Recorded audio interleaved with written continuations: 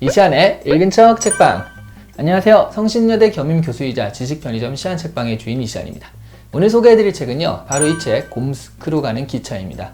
저희 시안책방의 출석이나 댓글면에서 그야말로 다이아몬드급 지구인이라고 할 수 있는 골드벅님이 특별히 요청해 주시기도 하셨고요. 마침 제가 이거를 소개해볼까 생각하고 있었는데 요청해 주셔서 우연히 같이 이렇게 공명하게 되었습니다.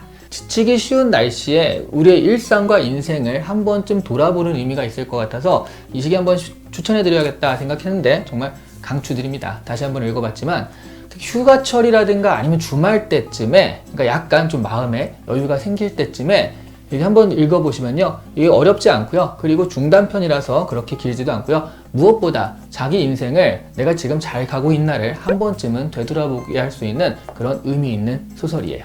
곰스크로 가는 기차는요, 대학가의 전설이라고 할 수 있어요.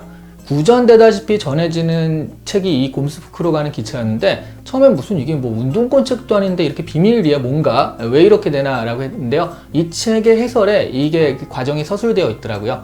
교생 실습 때문에 수업에서 빠지는 대가로 독일어 교수님이 학생에게 내주신 과제가 바로 이 곰스크로 가는 기차의 번역이었고요. 그 번역본이 대학가를 돌다가 연극도 됐다가 나중에는 TV 베스트 극장까지 되어서 유명해졌다고 합니다.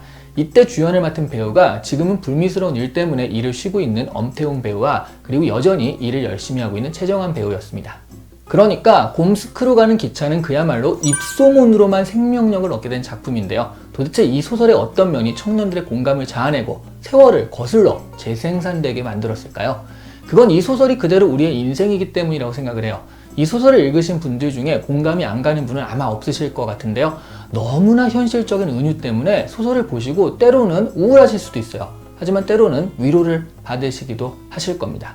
주인공은요, 어려서부터 아버지의 못다 이룬 꿈인 곰스크에 가고 싶어 해요.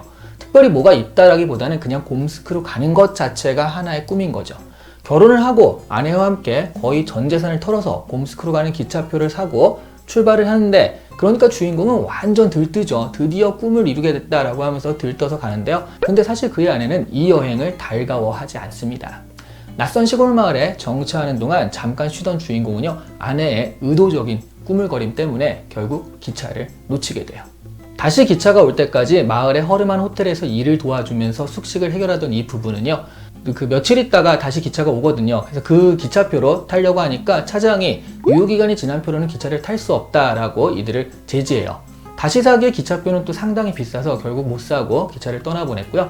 그래서 주인공은 호텔에서 본격적으로 일을 도우며 가끔 들르는 손님들한테 팁을 얻어가며 돈을 모아서 결국에는 기차표 살 돈을 다시 마련하게 돼요. 하지만 아내는 곰스크로 가는 것을 좋아하지 않습니다. 무엇이 있을지도 모르고 어떤 일을 해야 할지도 모르는 곳에 무작정, 이게 어릴 때 꿈이라고 해서 가고 싶지만은 않다는 거죠.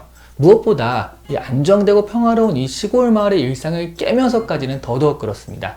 그래도 남편은요, 이 어릴 때 꿈이니까 무조건 가자고 아내를 다그쳐요. 결국 곰스크로 가기로 한 날 남편은 기차 값을 지불하고요, 아내를 기다리는데 아내는 자신이 일해서 얻은 안락기자를 꼭 가져가야 한다면서 고집을 부립니다. 결국 남편은요, 혼자서라도 갈 테니까 잘 있으라 라고 이렇게 아내와 안락기자를 기차역에 버려두고 떠나려는데, 아내가 갑자기 그때 자신이 임신했음을 고백해요. 결국 주인공은 남습니다. 사실 이 안락기자는요, 머무름의 상징 같은 것이죠. 나아가려는 주인공이 의식적으로 앉지도 않고 이것을 무시하고 피하지만 결국에는 이 안락기자 때문에 이 마을에 남게 되거든요. 마을의 선생님 자리를 구한 주인공에게는 둘째까지 생깁니다. 주인공이 곰스크로 가고자 하는 계획은 자꾸 미뤄지게 돼요. 주인공에게 선생님 자리를 물려줬던 전임자가 자신 역시 멀리 떠나려다가 그러지 못했다라고 하면서 주인공에게 이야기합니다. 사람이 원한 것이 곧 그의 운명이고 운명은 곧 그 사람이 원한 것이라고요. 주인공은 여전히 낯선 시골에서 평범한 일상을 보내는 것이 그의 운명이 아니다 라고 생각하면서 곰스크로 떠나기만을 기대하고 자신의 인생을 부정하는데요. 이 전임자 선생님은요, 주인공에게 그런 인생이 실패한 인생이 아니라고 다독여 줍니다. 모든 순간의 선택이 자신의 운명을 만든 것이며, 그래서 그런 삶 역시 자신이 원한 삶이었다는 것을요. 그리고 그것을 깨달은 순간 자신은 만족하게 되었다라고도 말합니다. 곰스크로 가는 기차가 인생의 우화라고 말들을 하는데요. 그런데 읽다 보면 이게 우화나 비유 같지 않고요, 정말 그대로 다큐입니다. 인생에서 하고 싶은 일은 언제나 해야만 하는 일에 밀리죠. 저의 경우에는 영화를 만들고 싶어 했어요. 어렸을 때는. 실제 대학원 시절에는 영화사랑 계약까지 해가지고 영화 시나리오를 쓰기도 했습니다. 하지만 그것을 밀어붙이기에는 안정되지 않은 수입도 그렇고요. 그리고 이제 무엇보다 불확실한 미래, 이런 것들이 걸림돌이 되더라고요. 그리고 다른 삶을 선택하고 이렇게 지금 지나왔는데요. 사실 영화에 대한 제 열망은 이 소설의 주인공이 곰스크에 가고 싶은 열망만큼 크진 않은지요. 아주 아쉽지만은 않은 게 다행이라면 다행입니다. 우리들 대부분은 자신이 어릴 때 꿈꾸던 인생과 다른 삶을 살아가고 있을 겁니다. 그 어긋남 때문에 괴로워서요, 평생을 궁시렁대면서 우울하게 살아갈 수도 있지만, 이렇게 살아온 인생 역시 자신의 선택이며 운명이기 때문에 즐겁게 받아들이며 살 수도 있을 것 같습니다. 곰스크로 가는 기차는요, 특별한 해법을 제시하는 그런 책은 아니에요. 하지만 마치 비밀서적처럼 대학가를 이렇게 떠돌다가 정식 출판될 정도로 많은 청춘들의 공감을 받았다는 사실은요, 얼마나 많은 사람들이 곰스크를 꿈꾸지만 막상 떠나지 못하는 삶을 살고 있는가를 간접적으로 증명하는 것이 되죠. 그래서 이게 나 혼자만 그런 건 아니구나 라고 묘한 안도감을 주는 책이기도 합니다. 그래도요, 저는 이렇게 생각을 해요. 그렇다고 곰스크를 꿈꾸는 것을 그만두면요, 우리의 일상을 유지하는 텐션이 늘어져서 무척 지루해질 것 같아요.